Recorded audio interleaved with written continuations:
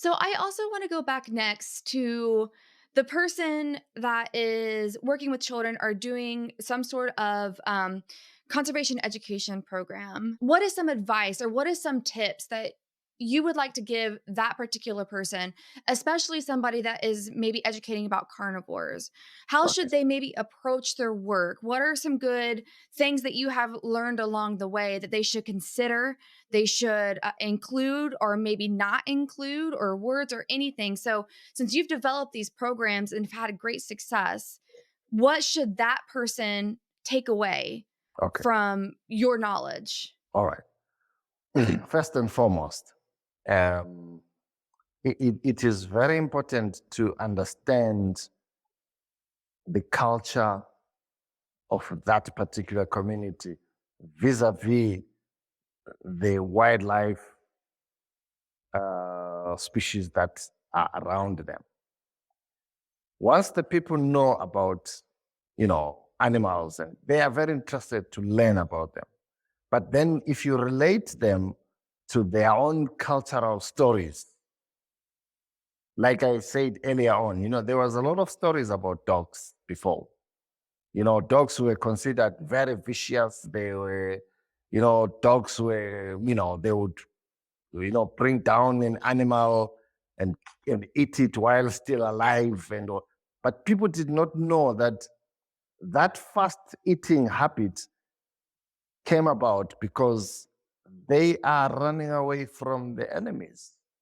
They have to eat fast, otherwise, they won't eat anything. So it is those stories that you can capture from the local community, right?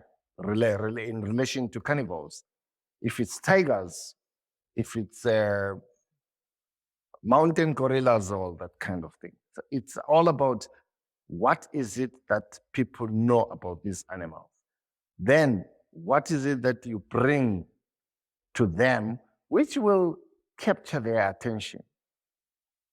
And again, you know, you need to know some of the socio-economic shortcomings of the community. And if you are able to intervene in any small way, people will appreciate what you are doing. Painted Dog Conservation has built a clinic. We have built classrooms. We have established boreholes. We have assisted communities with veterinary services. So they associate dogs with assistance relating to their livelihoods. So that's an entry point which we discovered was very effective.